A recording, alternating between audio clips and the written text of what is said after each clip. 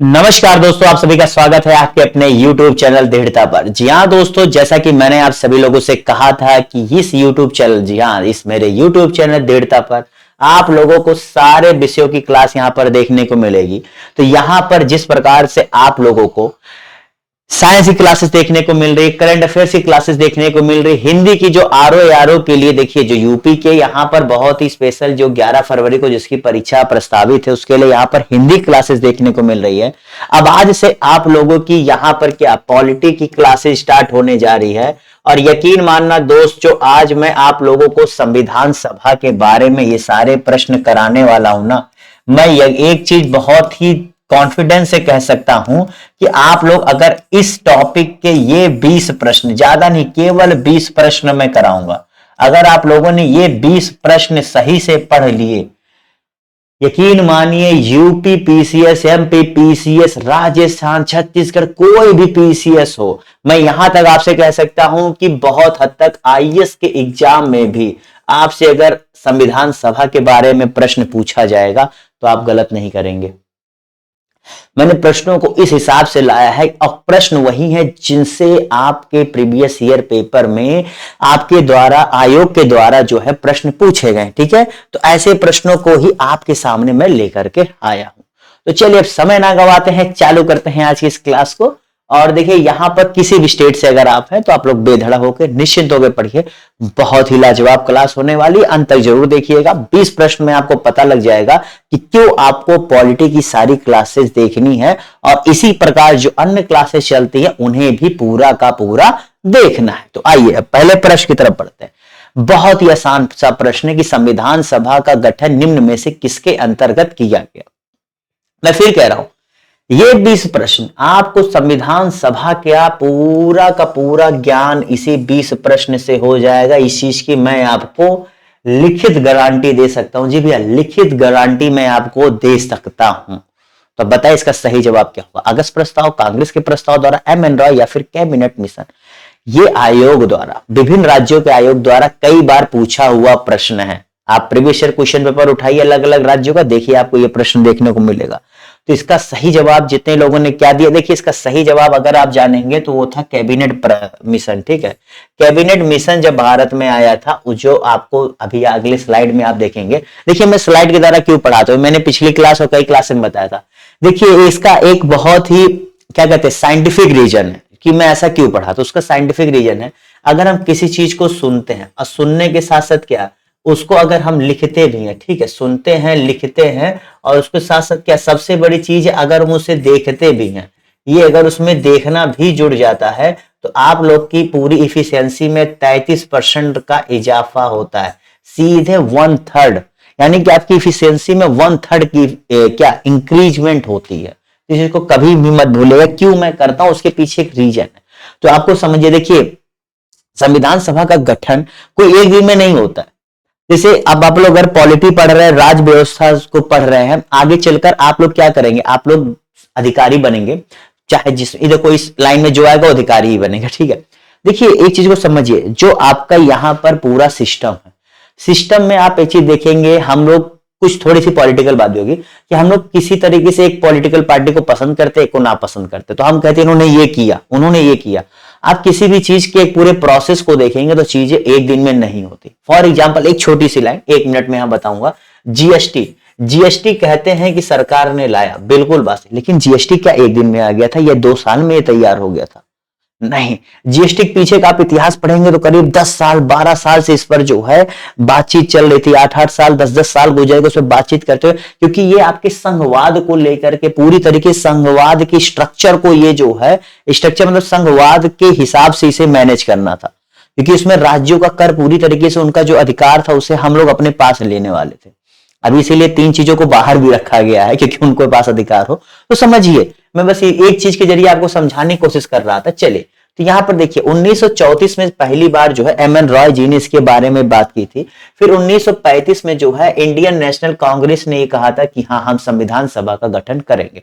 फिर 1938 में, यहां देखिएगा ये बहुत इंपॉर्टेंट होता है, बहुत बार पूछा जाता है, तो नेहरू जी ने जो है कांग्रेस की तरफ से यह अपना मत रखा था कि हम मताधिकार, यानी कि भी के साथ वयस्क मताधिकार, ये ध्यान दीजिएगा, वयस्क मताधिकार द्वारा हम चुनेंगे और चुन करके हम जो है इसका गठन करेंगे। ऐसे नहीं कि किसी को भी नहीं भाई गठन करना है तो उसमें जो है कौन से लोग हो, कहां के हो, तो जो व्यक्ति होंगे वो वयस्क मताधिकार द्वारा चुने जाएंगे और उनके द्वारा गठन किया जाएगा। फिर इसी के बाद 1938 में नेहरू जी के बाद जो है 1940 में अगस्त प्रस्ताव आता है। अगस्त प्रस्ताव पर कुछ खास बात नहीं बन पाती है। फिर 1942 में यहाँ पर कैबिनेट मिशन आता है और इसी कैबिनेट मिशन जो है फाइनली भारत में संविधान सभा के गठन की यहाँ पर क्या करता है, नींव रखता है। समझ गए? चलिए अगले प्रश्न की तरफ बढ़ते हैं। समझ गए? देखिए संविधान सभा का पूरा इतिहास आप लोग जान गए। चलिए, कैबिनेट मिशन ने संविधान सभा की कुल संख्या निर्धारित किया था। अभी हम लोगों ने जाना कि कैबिनेट मिशन के द्वारा हमारे यहाँ पर क्या हुआ, कैबिनेट मिशन के द्वारा हमारे यहाँ पर यह निर्धारित किया गया कि संविधान सभा का गठन होगा। अब भाई उसका प्रारूप क्या होगा, तो प्रारूप जो होगा वो कैबिनेट मिशन में बताया गया था। उसी प्रारूप के अंतर्गत प्रश्न पूछ रहा है कि कितनी संख्या निर्धारित, यानी संविधान सभा तो बन रहा है, उसमें संख्या कितनी होनी चाहिए। बहुत ही आसान सा प्रश्न है। अगले स्लाइड में देखते हैं, यहां पर आपको पता लगेगा। 389 कितना भैया था, 389। तो अगर आपका जवाब यहां पर क्या था, 389 था, यानी कि डी तो सही कर ले। ठीक है, अब देखिए 389 में भी इन्होंने किस तरीके से उसका जो है विभाजन किया था। इन्होंने कहा था कि 296 सीटें जो होंगी वो ब्रिटिश भारत, और इस 296 में से इन्होंने ये भी कहा था कि 11 गवर्नर प्रांत को मिला करके 292 सीटें होंगी, और 4 मुख्य आयुक्तों को जो है हम क्या करेंगे, ये जो है चुने नहीं, ये 4 मुख्य आयुक्तों द्वारा जो है ये निर्वाचित किए जाएंगे। यानी कि 296 में से 292 11 गवर्नर प्रांत द्वारा, तो 4 मुख्य आयुक्तों द्वारा होंगे, और 93 सीट यहाँ पर देसी रियासतों को दी गई थी। जी भैया, देसी रियासत भी उस समय आपको पता थे, क्योंकि पूरे भारत पर जो है वैसे देखा जाए ब्रिटिश भारत कब्जा था, लेकिन जब हम इतिहास पढ़ते उसमें जानते हैं कि 11 गवर्नर प्रांत, 4 मुख्य आयुक्त, मतलब उसको मिला करके वो ब्रिटिश भारत था। बाकी जो देसी रियासतें थी उनके पास 93 सीटें थी। इतिहास में तो हमें ये जानने को मिलता है। देखिए ब्रिटिश प्रांत को जो आपकी यहाँ पर 296 सीटें थी, इनको जो है 3 समुदाय के आधार पर विभाजित किया गया था। उसमें थे क्या था, मुस्लिम था, सिख था, सामान्य था। ठीक है, मतलब उसमें तो एक कहा गया था कि स्पेशली मुस्लिम द्वारा जो इनके प्रतिनिधि होंगे वो चुन करके आएंगे, मतलब मुस्लिम को मुस्लिम के द्वारा चुना जाएगा, सिख को सिख द्वारा, सामान्य मुस्लिम और सिख को छोड़ के जो सारे बच रहे हैं वो सामान्य में आ जाते थे। इनमें देखिए और कैसे चुना जाएगा, ऐसे नहीं, उसमें यह था कि जनसंख्या के अनुपात में, यानी कि इनका कितना जनसंख्या, इनकी कितनी जनसंख्या, उस अनुपात में जाएंगे। अर्थात उस समय के देखा जाए तो जो अनुपात निकल के आया था कि प्रति 10 लाख पर एक व्यक्ति चुना गया था। संविधान सभा में प्रति 10 लाख की जनसंख्या पर एक व्यक्ति चुन करके पहुंचा था। और सुनिएगा, ये जो चयन होना था इनके इनके इनके द्वारा, वो कहा, उन लोगों का जो प्रांतीय असेंबली, जी भैया, जो चुनाव हुआ था, जो उनका क्या कहते हैं स्टेट असेंबली, वहां पर उनका चुनाव हुआ था, और वहां से चुन करके कहा संविधान सभा में जाकर के बैठते थे। और उनका चुनाव कैसा हुआ था, एकल संक्रमणीय मत से समानुपातिक प्रतिनिधित्व देने का। एकल संक्रमणीय मत हमेशा ये पूछा जाता है, ये बहुत इंपॉर्टेंट पॉइंट, इसे भूलना मत। कैसे हुआ था, एकल संक्रमणीय मत से, कहां पर भैया, प्रांतीय असेंबली में। देखिए फिर बताओ ना, ये जो आपको मैंने पॉइंट बताया इस पर मैंने समय इसीलिए दिए क्योंकि ये यहां से बहुत ज्यादा घुमा के प्रश्न पूछ लेता है, तो बिल्कुल भी आपको घबराना नहीं है। एक एक पॉइंट को मैंने बहुत ही सरल अर्थों में समझाने की कोशिश की है, बहुत ही ध्यान से समझिएगा। ठीक है, चलो, इसके बाहर कुछ नहीं आएगा संविधान सभा से। इसके बाहर अगर ये पॉइंट देख लिए, उनको चुनाव की पूरी प्रक्रिया जितनी मैंने बता दी, इसके बाहर से वो पूछ नहीं सकता। आईएएस पूछ लेगा भैया, आईएएस तो पता नहीं कहां से प्रश्न ले आता है, कुछ लोगों को तो पता ही नहीं लगता कि आया कहां से। संविधान सभा का चुनाव हुआ था, जी भैया, संविधान सभा अभी हम लोग पढ़ रहे थे कि किस प्रकार चुनाव होना था, वो प्रक्रिया थी। अब चुनाव हुआ कब था, प्रश्न यह है कि चुनाव हुआ कब था, बताइएगा। इसका सही जवाब क्या होगा, 1946, 1945, 1946, 1946। चलिए आगे के स्लाइड में देखते हैं इसका सही जवाब क्या है। तो इसका सही जवाब है जुलाई अगस्त 1946। इसमें कुछ जानने वाली बात नहीं है, तारीख आपको याद करना है। इसमें कुछ भाई चुनाव होना है, अब जैसे कह रहे हैं अभी फिर चुनाव होना है, अब चुनाव कब होना है, तो चुनाव होना है, अब चुनाव होना है, इसमें क्या बताने, कुछ बताए, बस आपको महीना याद रखना है कि हुआ था। चलो अगले प्रश्न, संविधान सभा थी, जो आपका संविधान सभा था वो कैसा था, चुना हुआ था, नामांकित था, या चुना हुआ नामांकित दोनों था, या इनमें से कोई नहीं, मतलब चुना हुआ नामांकित नहीं था, किसी अलग तरीके से जो है था। चलिए बताइए इसका सही जवाब क्या होगा। तो भैया जितने लोगों ने यहां पर इसका सही जवाब क्या दिया है, देखिए वो अगर आप देखेंगे तो उसका सही जवाब आपका क्या होगा, सी। देखिए क्या होगा, ए और बी दोनों। अगर जितने लोगों ने यहाँ पर क्या सी जवाब दिया और सही कर लिया, देखिए आप समझिएगा 296 सीटें जो थी आप लोगों की, अभी आप लोगों ने देखा होगा, दरअसल उसमें 389 सीटें थी, लेकिन 389 में जो है 93 सीटें जो आपकी थी वो नहीं भरी गई थी, जो नामांकित थी, जिन्हें देशी रियासतों को दिया गया था। लेकिन देशी रियासतों को ये डर था कि हमारा अधिकार समाप्त हो जाएगा, तो इसीलिए वो, क्योंकि वो ये समझ रहे थे कि इससे जो कांग्रेस के पास पूरे देश की सत्ता आ जाएगी, ठीक है, इसीलिए वो अपना अधिकार नहीं छोड़ने के लिए उसमें भाग नहीं लिए थे। तो 296 लोग ही उस समय संविधान सभा में गए थे, जिसमें से 208 सीट कांग्रेस को मिली थी, 73 सीट मुस्लिम लीग को मिली थी और 15 में अन्य लोग थे। तो ये भी बहुत इंपॉर्टेंट पॉइंट है, जानिएगा। अब देखिए यहां से क्या हो रहा है कि 296 सीटों के लिए चुनाव हुआ था, बाकी 93 सीटों के लिए क्या था, नामांकन था। यानी क्या चुनाव भी हुआ था, नामांकन, दोनों चीजें आपको यहां पर देखने को मिल रही है। चलिए अगले प्रश्न की तरफ बढ़ते हैं। संविधान सभा की पहली बैठक में कितने सदस्यों ने भाग लिया? कई बार यह प्रश्न आया, बहुत ही इंपॉर्टेंट प्रश्न है, जवाब दीजिए क्या होगा। बहुत ही इंपॉर्टेंट प्रश्न है। 208, 273, 211, 200, क्योंकि देखिए पहली जो एक वर्ड होता है ना, ये खास करके पहला, जिंदगी में पहली चीजें आदमी को जितना याद रहती हैं उतना ही हर चीजों में पहला का एक अलग तरीका होता है। तो चलिए, तो जितने लोगों ने यहां पर इसका सही जवाब क्या दिया, जितने लोगों ने यहां पर इसका सही जवाब दिया है क्या, 9 दिसंबर 1946 को हुई थी। इसमें कुल 211 सदस्यों ने भाग लिया था और मुस्लिम लीग ने बैठक का बहिष्कार किया था। ये बहुत इंपॉर्टेंट पॉइंट है, पूछ सकता है कि पहली बैठक का बहिष्कार किसने किया था, तो अच्छे से जानिएगा, मुस्लिम लीग ने किया था। और इसमें जानिएगा एक इंपॉर्टेंट पॉइंट, ये वेरी वेरी इंपॉर्टेंट पॉइंट है, इसे मैं तो कह रहा हूं कि रेड बना देता हूं जिससे आप इनको याद रहे, ठीक है। इसमें देखो सच्चिदानंद सिन्हा जी को, बहुत ही ध्यान से देखो, इनको अस्थायी अध्यक्ष बनाया गया था। क्यों? वयस्कता के आधार पर। किस आधार पर? वयस्कता के आधार पर। और ये जो तरीका था चुनाव का कि किसे चुनाव करना है, तो फ्रांस से ये लिया गया था कि भैया जो वयस्क होगा उसे हम अस्थायी अध्यक्ष बनाएंगे, क्योंकि संविधान सभा की हमें शुरुआत करनी है। और उस समय सच्चिदानंद सिन्हा जी को पहली बैठक में बनाया गया था जो अस्थायी अध्यक्ष थे, और उनको चुनाव के लिए वयस्कता के आधार पर तो फ्रांस से ये प्रक्रिया अपनाई गई थी। बहुत इंपॉर्टेंट पॉइंट देखिए यहां से कितने इंपॉर्टेंट, फिर कह रहा हूं एक एक क्वेश्चन अपने आप में आईएएस की तैयारी करा रहा है, यहां आपको आईएएस की तैयारी करा रहा है, इसे मानो या ना मानो, ठीक है। चलो यहां पर बताओ इसका सही जवाब क्या होगा। संविधान सभा के उपाध्यक्ष की संख्या कितनी थी बताइए। संविधान सभा में उपाध्यक्ष भी थे, कितने थे बताइएगा। 1 थे, 2 थे, 5 थे, 6 थे। 1 2 5 6 बताइए कितने थे। बहुत ही चुनिंदा प्रश्न, ये शायद यूपी पीसीएस में पूछा हुआ प्रश्न। तो जितने लोगों ने क्या 2 जवाब दिया वो सही कर लीजिए। नाम याद रखिएगा मेरे दोस्तों, नाम मत भूलिएगा। एचसी मुखर्जी और क्या था, वीटी कृष्णाचारी, और राजेंद्र प्रसाद जी इसके क्या थे, अध्यक्ष थे। तो मुखर्जी और कृष्णाचारी जी जो है इसके उपाध्यक्ष थे, ऐसे भी आप याद कर सकते हैं, पूरा नहीं याद हो क्या, एचसी मुखर्जी और वीटी कृष्णाचारी, ठीक। चलिए अगले प्रश्न की तरफ बढ़ते हैं। संविधान में उद्देश्य प्रस्ताव किसने पेश किया था। संविधान में उद्देश्य प्रस्ताव, उद्देश्य प्रस्ताव बेसिकली संविधान की पूरी संरचना कैसी होगी, संविधान हमारे देश का क्या होगा, उस संविधान में हम देश में किन मूल्यों को, किन तत्वों को समाहित कर रहे हैं, और वो हमारे एक भारत का निर्माण जो है किस आधार पर होना चाहिए, इन सारी चीजों को उद्देश्य प्रस्ताव के जरिए पेश किया गया था। तो उसे किसने पेश किया था वो आपसे पूछा जा रहा है, बताइएगा। और देखिए मैं आपसे फिर यहाँ पर इस चलते क्लास में एक चीज बताना चाह रहा हूँ कि करंट अफेयर, साइंस और उसके बाद जो है हिंदी, पॉलिटी क्लास आपकी स्टार्ट हो ही चुकी है। हर क्लासेज आप लोग को मेरे से यूट्यूब चैनल मिल रहा है, तो उसके लिए एक छोटा सा काम करना है, मेरे से यूट्यूब चैनल को सब्सक्राइब जरूर कर दीजिए। फ्री में क्लासेज मिल रही है, फ्री में पूरी मेहनत यहाँ पर आप लोग के लिए की जा रही है, फ्री में ही आप लोग का सपना भी साकार हो जाएगा।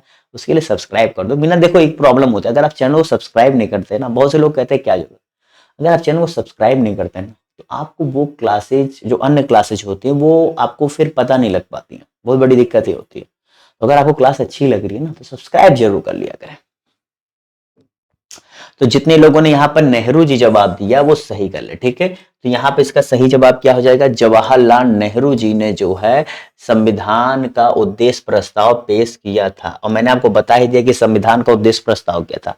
माउंटबेटन योजना के बाद संविधान सभा की संख्या हो गई थी, माउंटबेटन योजना आई थी। अब माउंटबेटन योजना किससे संबंधित था, इतिहास याद है? अच्छा, पता है मैंने जो है आपका आधुनिक भारतीय इतिहास का क्लास जो है पढ़ाया हुआ है, ठीक है। आप जाके मेरे इसी वीडियोज के सेक्शन में जाएंगे, थोड़ा सा जब नीचे जाएंगे तो नीचे जाके आपको आधुनिक भारतीय इतिहास का जो है क्लासेस दिखेगा। मैं कह रहा हूं वो थोड़ा सा पुराना है, लेकिन आप पढ़ लीजिए। मैं कह रहा हूं किसी भी एग्जाम में आपको पूरी की पूरी जो क्लास होगी, ज्यादा नहीं, 8 या 10 क्लास है, और उस 8-10 क्लास में मैंने पूरी किताब को खत्म कर दिया है। इतनी व्यवस्थित तरीके से मैंने बताया। अब बहुत लंबी क्लास भी नहीं है, आप देखिएगा फिर समझ जाएंगे। 8-10 क्लास है या शायद 15-16 क्लास, मैं कंफ्यूज हो रहा हूँ, शायद 15-16 क्लास है। चलिए मैं उसके बारे में डिस्क्रिप्शन में आपको, इसके डिस्क्रिप्शन में उसकी पहली क्लास की लिंक डाल दूंगा, जिससे आप लोग को समझ में आ जाएगा कि मैं किस क्लास की बात कर रहा हूँ, ठीक है। डिस्क्रिप्शन में लिंक डाल दूंगा आधुनिक भारतीय इतिहास की। हाँ, तो यहाँ पर जितने लोगों ने इसका सही जवाब क्या दिया, 299। अब समझिए 299 कैसे हो गया था। दरअसल माउंटबेटन योजना जब आई थी तो उसके बाद मुस्लिम लीग ने जो है खुद को अलग कर लिया था, क्योंकि इन्होंने क्या लाया था, इन्होंने ये लेकर के आए थे कि ये पाकिस्तान जो बनाने की बात थी, जो 2 नेशन थ्योरी थी, उसको माउंटबेटन योजना के द्वारा ही क्या अमली जामा पहनाया गया था, ठीक है। तो इसी वजह से जो है यहाँ पर संख्या घट के 299 रह गई थी, और इस 299 में से 229 सीट भारतीय प्रांतों के पास थे और देसी रियासत के पास 70 सीट थे। और फिर आपको बता दो 70 सीट जो देसी रियासत के थे वो नामांकन के द्वारा चुने जाने थे, जबकि जो भारतीय प्रांत के थे उनका क्या एकल संक्रमणीय मत द्वारा जो है प्रांतीय असेंबली से क्या जनसंख्या के अनुपात के आधार पर चुनाव होना था, ठीक है। चल अगले प्रश्न की तरफ बढ़ते हैं।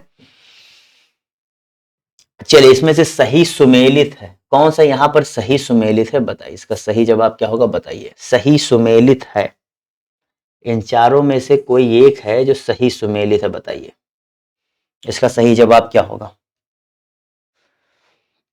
ऐसे अब ये जो प्रश्न आप देख रहे हैं, यही प्रश्न 4 प्रश्न एक साथ आपको मैंने करा दिया। 4 प्रश्न एक साथ हुए यहां पर, अलग अलग करा दो, एक साथ करा दो। जिसको अगर वास्तव में इन चारों में से, क्योंकि यहां देखो मैं एक ही सही है 3 गलत है, एक ही सही है 3 गलत, अब बताओ कौन सा सही है, आपको बताना है। तो चलिए भैया यहाँ पर इसका सही बताते हैं, क्या है सही जवाब। जी भैया, यहाँ पर राष्ट्रमंडल जो था यही सही था। बाकी देखिए अन्य भी यहाँ पर सही करके मैंने लिख दिया है। यहाँ पर देखिए जो आपका राष्ट्रीय ध्वज था वो 22 जुलाई 1947 को अपनाया गया था। उसके बाद जो आपका राष्ट्रज्ञान था वो 24 जनवरी 1950 को, और राष्ट्रगीत आपका 24 जनवरी 1950 को, यानी कि जो राष्ट्रगान और राष्ट्रगीत सेम दिन अपनाए गए थे। और उसके पहले क्या हुआ था, आपका राष्ट्रीय ध्वज अपनाया गया था, और इन दोनों के बीच में आपका राष्ट्रमंडल सदस्यता भारत को मिली थी। और सबसे बड़ी चीज है, जो पहले राष्ट्रपति का चुनाव हुआ था वो भी 24 जनवरी 1950 को ही हुआ था, ठीक है। तो ये तीनों चीजें एक डेट को हुई थी, इसलिए एक साथ लिखने का फायदा पता है क्या होता है, मैंने क्यों लिख दिया डेट। इस डेट को आपके सामने लाने का मेन कारण यही था कि आपको 2 चीजें पता है, तीसरी चीज भी पता रहेगी। और फिर बता रहा हूं ना, सुनते हो, पढ़ते हो, उसके साथ अगर देख लेते हो, अलग लेवल पे याद होता है। चलो अगले प्रश्न की तरफ बढ़ते हैं। संघीय संविधान समिति के अध्यक्ष कौन थे। देखिए यहां समझिएगा, कई तरह की समितियां बनी थी, कुछ बड़ी समितियां थी, कुछ छोटी समितियां थी। समितियों के बारे में पूछ रहा है कि संघीय संविधान समिति के अध्यक्ष कौन थे, बताइए। संविधान समिति के अध्यक्ष कौन थे, संघीय संविधान समिति। बहुत ही आसान सा प्रश्न है भैया। जितने लोगों ने यहाँ पर क्या जवाहरलाल नेहरू जवाब दिया और सही कर ले। देखिए भाई यहाँ पर ऐसे समझिएगा, अंबेडकर जी प्रारूप समिति के अध्यक्ष थे। यहाँ पर देखिए साइड में आपको लिखा दिख रहा होगा, अंबेडकर जी प्रारूप समिति के अध्यक्ष थे। जबकि हमारे जवाहरलाल नेहरू जी क्या है, संघीय संविधान समिति के अध्यक्ष थे। ठीक है, चलो अगले प्रश्न की तरफ बढ़ते हैं। अगला प्रश्न, राज्यों के लिए समिति जो राज्यों से समझौता करने वाली थी, इसके अध्यक्ष कौन थे? यानी कि जो राज्यों से समझौता करने की एक जिम्मेदारी, जो एक समिति बनाई गई थी कि ये समिति जो विभिन्न राज्य से, आपको रियासतें नहीं थी तो इनसे समझौता करके आपको अभी देखने को मिला 70 रियासत थी, तो इनमें जो है बंटवारा पहले 93 थी, बंटवारे के बाद 70 बची थी, तो इसके लिए समिति बनाई गई। समिति के अध्यक्ष कौन थे? तो जितने लोगों ने यहां पर इसका सही जवाब क्या दिया? जी भैया, जितने लोगों ने जवाहरलाल नेहरू जवाब दिया सही कर, ये कभी मत कंफ्यूज होइएगा, इसका सही जवाब जवाहरलाल नेहरू जी है। डॉक्टर जो है आपके क्या नाम है? यहां पर देखिए मैंने इस प्रश्न को थोड़ा सा आसान कर दिया था, आसान कर दिया था। कैसे? मैंने यहां पर कहीं सरदार वल्लभ भाई पटेल लिखा ही नहीं था, क्योंकि मैं नहीं चाहता था थोड़ा सा आपके दिमाग में कहीं से कंफ्यूजन है इस प्रश्न के जरिए। आप समझिएगा, प्रश्न को अच्छे से समझिएगा। राज्यों के लिए समिति जो राज्य समझौता कर रही थी, उसके अध्यक्ष आपके जवाहरलाल नेहरू जी थे। ठीक है, अभी देखिए आगे एक स्लाइड में आपको अच्छे से जानने को मिलेगा। देखिए यहाँ पर जिस समय डॉक्टर राजेंद्र प्रसाद जी भी बहुत ज्यादा समितियों के अध्यक्ष थे। देखिए सबसे ज्यादा जवाहरलाल नेहरू, तो उसके बाद फिर कोई था तो डॉक्टर राजेंद्र प्रसाद थे। इनके पास संचालन समिति, प्रक्रिया नियम समिति, वित्त एवं कर्मचारी समिति, राष्ट्रीय ध्वज संबंधी तदर्थ समिति, ठीक है, ये सारी जिम्मेदारियां इनके पास थी। अब देखिएगा, ये नाम गलती से यहां लिख उठा है। अब देखिएगा, मौलिक अधिकार उप समिति, जो आपके मौलिक अधिकार आपके डाले गए थे, क्या नाम है आपके संविधान में, तो उसके लिए देखिए समितियां बनी थी। उसमें जो उप समितियां थी उसकी यहाँ पर जेपी कृपलानी जी ने की थी, क्योंकि आपने इस स्लाइड में देखा ना, जेपी कृपलानी, तो नाम कैसे आया? इसीलिए आया। फिर उसके बाद देखो, अल्पसंख्यक उप समिति के लिए जो उस समिति का जो मेन कार्यभार था वो एच.सी. मुखर्जी था। और सुन लो, ये दोनों उप समितियां, इन दोनों की प्रमुख समितियों के अध्यक्ष कौन थे? तो सरदार पटेल थे। मुख्य समिति के अध्यक्ष कौन थे? सरदार पटेल। उप समिति में जेपी कृपलानी, एच.सी. मुखर्जी थे। और डॉक्टर राजेंद्र प्रसाद जी जवाहरलाल नेहरू जी के बाद सबसे ज्यादा समितियों की अध्यक्षता इनके पास थी। ठीक है, ये चीजें जानिए, बहुत इंपॉर्टेंट चीजें हैं, समझिएगा आप लोग। 2 साल 11 माह और 18 दिनों में संविधान सभा की कुल कितनी बैठक हुई? क्योंकि इतना जो है समय लगा था, ये तो आपको पता ही होगा। अब चाहे इससे भी एक प्रश्न बन जाता है कि संविधान बनने में कितना दिन लगा था? 2 साल 11 माह 18 दिन। मेरी हर एक प्रश्न, हर एक क्लास, मैं क्यों कहता हूं प्रश्न को ध्यान से पढ़ो? क्योंकि मेरा प्रश्न भी जो होता है ना, वो प्रश्न ही अपने आप में एक उत्तर होता है कई प्रश्नों में। और उस प्रश्न भी वास्तव में ऐसे तरह से हो सकता है कि अगर आप लोग ध्यान से प्रश्न पढ़ के चले जाए तो कई सारे जो है क्वेश्चंस आप केवल इन्हीं प्रश्नों के जरिए ही सॉल्व कर सकते हैं, अगर आप ध्यान से पढ़ के चले जाए। मेहनत लगती है, इतना आसानी से कुछ नहीं होता। जब मेहनत करता हूं तो फल मिलेगा, लेकिन उसके लिए थोड़ा सा सिंसियर होकर पढ़ लो, मेहनत दिखेगा। तो जितने लोगों ने यहाँ पर क्या 11 जवाब दिए जी भैया, 11 बैठकें कुल आयोजित की गई थी, 114 दिन लगे थे और करीब 64 लाख रुपए का खर्चा भी आया था इस संविधान के निर्माण में। ठीक है, तो संविधान सभा की कुल बैठक कितनी हुई थी आप समझ गए। चलिए, संविधान सभा की प्रारूप समिति में कुल कितने सदस्य थे? जवाब दीजिए। चलिए भैया, इसका फटाफट जवाब बताइए क्या होगा। संविधान सभा की प्रारूप समिति में कुल कितने सदस्य थे? जवाब दीजिए, फटाफट बताइए भैया, इसका सही जवाब क्या होगा। आप समझ गए ना, पिछले स्लाइड को आप लोगों ने अच्छे से पढ़ लिया होगा मेरे ख्याल से। 111 इतने दिन लगा था, 114 दिन, अगर उसे दिनों में परिवर्तित किया जाए इतना रुपए, और 11 बैठकें हुई थी। हाँ, तो कुल कितने सदस्य थे भैया? तो कुल कितने सदस्य थे? तो 7। जी भैया, संविधान का प्रारूप अभी मैंने बताया ना, डॉक्टर बी.आर. अम्बेडकर जी। अब देखिए यहाँ पर अध्यक्ष कौन है? Doctor B R. अम्बेडकर जी। आगे पढ़िए, 6 कौन है? गोपाल स्वामी अयंगर। देखिए इसे याद करने का तरीका, अल्लादी कृष्णमस्वामी अयंगार। तीसरा कौन था? Doctor K M. मुंशी। चौथा कौन था? सैयद मोहम्मद सादुल्ला। फिर कौन था? एन माधवराव। देखिए बी.एल. मित्र जी की यहाँ पर तबीयत खराब थी, तो उनकी जगह पर जो है एन माधवराव जी ने जगह ली थी। ठीक है, माधवराव, ओके, माधवराव। और उसके बाद क्या है? टी.टी. कृष्णमाचार्य, जो डी.पी. खेतान जी की मृत्यु हो गई थी तो यहां पर ये आए थे। ठीक है, सैयद मोहम्मद एन माधवराव। ठीक है, तो इसे आप इस तरह से जो है जान सकते हैं। ओके, चलिए अगले प्रश्न की तरफ बढ़ते हैं। ये मैंने अंग्रेजी में लिख दिया कि आपको इसे शॉर्ट फॉर्म में याद कर सके। ठीक है, ओके, इसे आप लोग इसे आम से याद कर सके, इसे एसएमके से याद कर सके। चलिए अगले प्रश्न की तरफ बढ़ते हैं। अगला प्रश्न, प्रारूप समिति ने अपना प्रारूप तैयार करने में कितना समय लिया था? अब देखिए, वन अच्छा प्रश्न, लाजवाब प्रश्न है, बताइए। प्रारूप समिति से प्रश्न तो बहुत आते हैं, लेकिन कितना समय लिया था इन्होंने अपना प्रारूप तैयार करने में? आगे स्लाइड में वो भी अच्छे से जानेंगे। पहले आप लोग दिमाग लगाए, कितना समय लिया था आपके हिसाब से जब आप लोग पढ़ रहे थे उस समय, जो आप पढ़े हुए हैं, क्या आपका दिमाग कहता है कितना समय लगा होगा? तो जितने लोगों ने यहाँ पर क्या 6 महीने से, उसको सही जवाब उसमें 6 महीना होगा, ठीक है। 6 महीने से कम मत देख के जाने, यहाँ इसका सही जवाब सी होगा। 6 महीने से भी कम लगा था, ठीक है, लेकिन ऐसा भी नहीं कि 4 महीना लगा और 6 महीने से थोड़ा सा कम लगा था, तो 6 महीना यहाँ पर सही है। इसीलिए मैंने 5 शायद कहीं नहीं लिखा होगा, आप ध्यान देंगे 5 महीने कहीं नहीं लिखा है। क्यों? क्योंकि 6 महीने से कम 5 होता है, लेकिन 4 महीना वहां नहीं लगा था। कुल 141 बैठक हुई थी। कितनी? 141 बैठक हुई थी। और प्रथम गठन जो है इसका 29 अगस्त 1947 को हुआ था। इसका पहला प्रारूप जो है लोगों के सामने फरवरी 1948 में आ गया था और अंतिम और द्वितीय प्रारूप अक्टूबर 1948 को लोगों के सामने यानी कि संविधान सभा में पेश कर दिया गया था। समझ गए?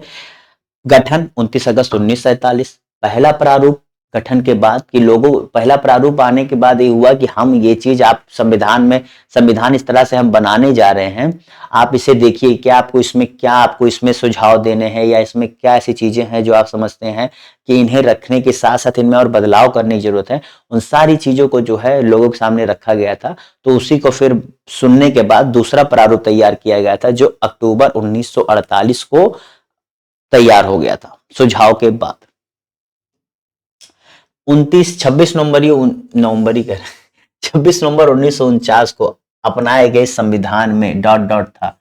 अब देखिए, जब प्रारूप वहां पर मैंने बताया ना कि 1948 में अक्टूबर में आ गया था, तो वो अक्टूबर में दूसरा प्रारूप आने के बाद वहां पर क्या हुआ था? 26 नवंबर 1949 को हमारा संविधान अपना लिया गया था।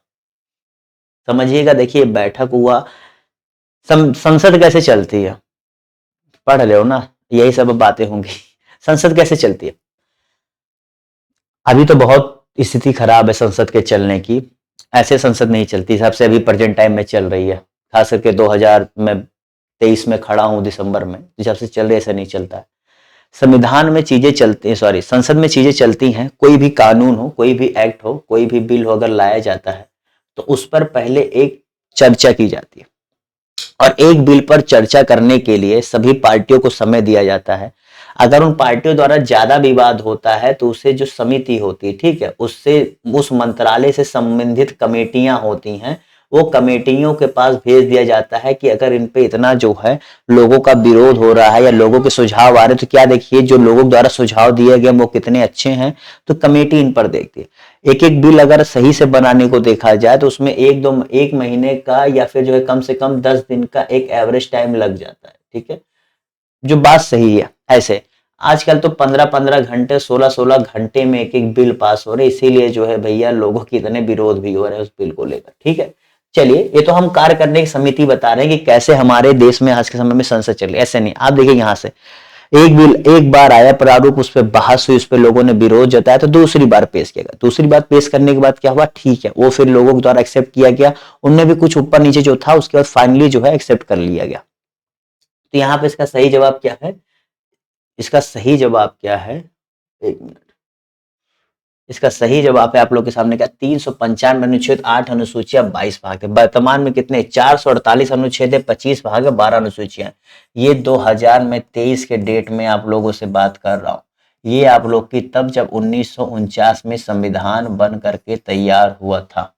1949 की बात हो रही है, जबकि ये आपका 1949 की बात हो रही है, जबकि ये आपका जो है 2023 की बात हो रही है। समझ गए? चलो अगले प्रश्न की तरफ बढ़ते हैं। अगला प्रश्न यहां पर आप लोगों से कि संविधान सभा द्वारा किस प्रतीक के किसे प्रतीक के रूप में अपनाया गया था? मुहर, प्रतीक माने मुहर, ठीक है, ऐसे जान लीजिए, मुहर। मुहर तो आप लोग जानते हो क्या होता है ना? आई थिंक मुहर आप लोग जानते हो क्या होता है। स्टैंप जानते हो? सरकारी काम काज में क्या होता है ना, मुहर होता है। इससे पता लगता है कि ये जो है भारत सरकार का से संबंधित है, काम है, ठीक है, ये चीज होता है। तो जितने लोगों ने यहाँ पे इसका सही जवाब क्या दिया, जी भैया हाथी, जितने उन्होंने क्या हाथी जवाब दिया है वो सही कर ले। देखो ये बहुत आसान सा प्रश्न है। निम्न में से असुमेलित है, मतलब जो सही सुमेलित नहीं उसका जवाब दीजिए क्या होगा। बी एन राव कानूनी सलाहकार थे, देखिएगा प्रश्नों को ध्यान से पढ़ेगा। बी एन राव कानूनी सलाहकार, या फिर आपके एच वी आर आयंगर संविधान सभा के सचिव थे, एल एन मुखर्जी प्रमुख सुलेखक थे, या नंदलाल बोस सौंदर्यीकरण और सजावट से संबंधित थे। दरअसल आपका जब संविधान तैयार हुआ था तो उसके बाद उसे इटैलिक में लिखा गया था, इटैलिक लिपि में, लिपि शायद नहीं थी, इटैलिक तरीका था लिखने का, ठीक है, हल्का सा ऐसे इटैलिक आप उस पे देखते होंगे, जैसे आप लोग मोबाइल में जब M S Excel M S Word में जाओ तो इटैलिक पे क्लिक करो तो हल्का सा टेढ़ा हो जाता है, इंक्लाइन थोड़ा हो जाता है। तो और नंदलाल बोस सौंदर्यीकरण और सजावट से संबंधित थे, ये सब चीजें बताई। तो इसमें सही जवाब क्या है, कौन सा असुमेलित है, तो जितने लोगों ने यहां पर इसका सही जवाब क्या दिया, जी भैया देखिए सी होगा। क्या जो एल एन मुखर्जी थे वो प्रमुख सुलेखक नहीं बल्कि प्रारूपकार थे, क्या थे, प्रारूपकार थे। जबकि आपके अगर पूछा जाए प्रमुख सुलेखक कौन थे तो प्रेम बिहारी नारायण राय ज्यादा थे। मैंने आप लोगों को वहां पर बातों बातों में शायद जवाब दे भी दिया था, अगर आप लोगों ने ध्यान ना दिया हो, क्योंकि मैंने उसी का जिक्र ही किया था। वो जिक्र करने का अर्थ है कि ये हम बताएं। और नंदलाल बोस जी जो है वो जो आपका संविधान बना था उसमें सौंदर्यीकरण कैसे किया गया, उसकी सजावट जो की गई, वो दरअसल जब पेज बना था ना तो पेज के साइड साइड में काफी डिजाइन बने हुए थे, तो सौंदर्यीकरण सजावट का काम जो है नंदलाल बोस जी द्वारा किया गया था। अगले प्रश्न की तरफ बढ़ते हैं। अगला प्रश्न है, पहली निर्वाचित सांसद कब अस्तित्व में आई। संसद होगा माय डियर, सांसद नहीं होगा, संसद होगा, ठीक है। पहली निर्वाचित जो संसद थी वो कब अस्तित्व में आई बताइए। अप्रैल 1952, मई 1952, जनवरी 1950 या अगस्त 1950। चलिए भैया समय ना गवाइए, बताइए इसका सही जवाब क्या होगा। तो जितने लोगों ने यहां पर इसका सही जवाब क्या दिया, जी भैया 17 अप्रैल 1952। तो यहां पर इसका सही जवाब क्या हो जाएगा, अप्रैल 1952। यहां अप्रैल 1952 यहां पर मैंने जवाब दिया था। देखिए इस समय क्या हुआ था, एक मिनट, हाँ 17 अप्रैल 1952 को जो अंतरिम संसद, जो आपका संविधान सभा था वो क्या अंतरिम संसद के रूप में भी कार्य कर रहा था, वो समाप्त हो जाता है। और उसके बाद क्या पहली निर्वाचित संसद जो है, जो निर्वाचित सांसदों के द्वारा जो है स्थापित की जाती है, वो अस्तित्व में आती है। ठीक है, समझ गए। तो ये जब खत्म होता है तभी ये शुरू हो जाता है। अगले प्रश्न की तरफ बढ़ते हैं। डोमिनियन विधानमंडल के रूप में संविधान सभा की बैठक किसकी अध्यक्षता में हुआ। ये बहुत हटके प्रश्न है, बहुत कम लोग ऐसे प्रश्नों पर ध्यान देते हैं और फिर कहेंगे सर ये तो मैंने पूरा बुक पढ़ लिया। यहां तक ऐसे कहेंगे सर मैंने लक्ष्मीकांत बुक भी पढ़ लिया, उसमें नहीं था। है भैया, है। कहा ना, आयोग वाले इतना दिमाग नहीं होता उनके पास, आईएएस के पास बहुत दिमाग होता, आयोग वाले इतना दिमाग नहीं ले रहे। वो उतना ही समझते हैं कि तो जानते हैं तुम वो क्या चुन रहे हैं। वो डीएम नहीं चुन रहे, उन्हें पता है मैं डीएम नहीं चुनना है, ना मैं सचिव बनाना। उन्हें पता है हम यहाँ शुरुआत करेंगे, यहां तक ले जाते थे, डीएम तक खत्म कर देंगे। जानते तुम सचिव नहीं बनाएंगे वो, समझिएगा। चलो, तो जितने लोगों ने यहाँ पे इसका सही जवाब क्या दिया है, जीवी मावलंकर। जी भैया, जीवी मावलंकर जी, जो यहाँ पे इसका सही जवाब हो जाएगा डी, जीवी मावलंकर जी द्वारा। और देखिएगा यहाँ पर इसकी पहली बार बैठक जो है 17 नवंबर 1947 को हुआ था। डोमिनियन जानते हो, डोमिनियन मतलब होता है जैसे पहले जब उपनिवेशवाद चल रहा था तो वहां पर उन लोग को पूर्णतः स्वतंत्रता ना दे करके उन लोग को स्वतंत्रता दी जाती थी, लेकिन वो पूरे सारे कामकाज जो है ब्रिटिश जो क्या कहते हैं महारानी थी उनके अधीन किया जाता था। ठीक है, चलो अगले प्रश्न की तरफ बढ़ते हैं। कैबिनेट मिशन में सदस्य थे। जी भैया, ये आखिरी प्रश्न है और फिर कहता हूं इस 20 प्रश्न के द्वारा मैं आपको लिखित दे सकता हूं आपका संविधान सभा पूर्णतः समाप्त होता है। इसके बाद आप मुझे एक प्रश्न बताइएगा जो आपको लग रहा हो कि सर ये पूछा जाता है और मैंने उसे अपनी इस क्लास में ना बताया, चाहे प्रश्नों के जरिए, चाहे आपको उत्तर के जरिए, चाहे उनके महत्वपूर्ण नोट्स के जरिए मैंने आपको ना बताया हो। मैं फिर कहता हूं 20 प्रश्न के अगर आप नोट्स बना लो संविधान सभा का, तुम किसी भी साल का पेपर उठा लो, एक भी प्रश्न अगर बाहर से मिल गया जो कहोगे वो हार जाऊंगा। चलो तो जितने लोगों ने यहाँ पे इसका सही जवाब क्या दिया है 3, जी भैया इसका सही जवाब क्या हो जाता है 3, यानी कि ये नाम जान लीजिए भैया क्या था, लॉर्ड पैथिक लॉरेंस था, दूसरा सर स्टेफर्ड क्रिप्स थे और तीसरे A.V. अलेक्जेंडर। और इन्हीं के कैबिनेट मिशन के द्वारा ही क्या हुआ था, आपका जो है संविधान सभा का गठन हुआ था। देखिए जाते जाते मुझे प्रश्न याद आ गया था कि यार कैबिनेट मिशन आया, तो अब कैबिनेट मिशन के बारे में नहीं बताएंगे तो कैसे पूरा होगा, वरना कहोगे सर आया था उसमें कौन कौन थे, कितने सदस्य थे। हाँ भैया ये भी कवर हो गया ठीक है। तो चलिए इसी के साथ इस क्लास को समाप्त करता हूँ। इस ये पहली क्लास थी, आपको ऐसे देखने को मिलेगी, करंट अफेयर्स क्लास चल रही है, साइंस की क्लास चल रही है, और बाकी मैंने जो हिस्ट्री की क्लास कही वो अगर आप देख सकते हो देख लो, वरना मैं चलाऊंगा फिर से, ऐसी बात नहीं कि नहीं पढ़ाऊंगा। और बाकी जो है उसके बाद साथ ही साथ यहाँ पर क्या आपको हिंदी की क्लासेज भी देखने को मिल रही है, जो हिंदी क्लास है जो RO के लिए बहुत ही ज्यादा जरूरी है, पूरा 60 प्रश्नों की वो क्लासेज भी देखने को मिली। तो इस साथ इस क्लास को समाप्त करते हैं, फिर मिलेंगे आप लोगों से, तब तक के लिए good bye, have a good day, bye bye, tata, see you. और सबसे बड़ी चीज, सब्सक्राइब नहीं किया सब्सक्राइब कर दो, लाइक नहीं किया लाइक कर दो, और अपने दोस्त को अगर चाहते हो कि वो भी अच्छे नंबर ले आए और अच्छा कुछ कर ले तो शेयर कर दो, कह दो भैया आप भी पढ़ लो और बताओ कैसी लगी क्लास, ठीक है, बाय।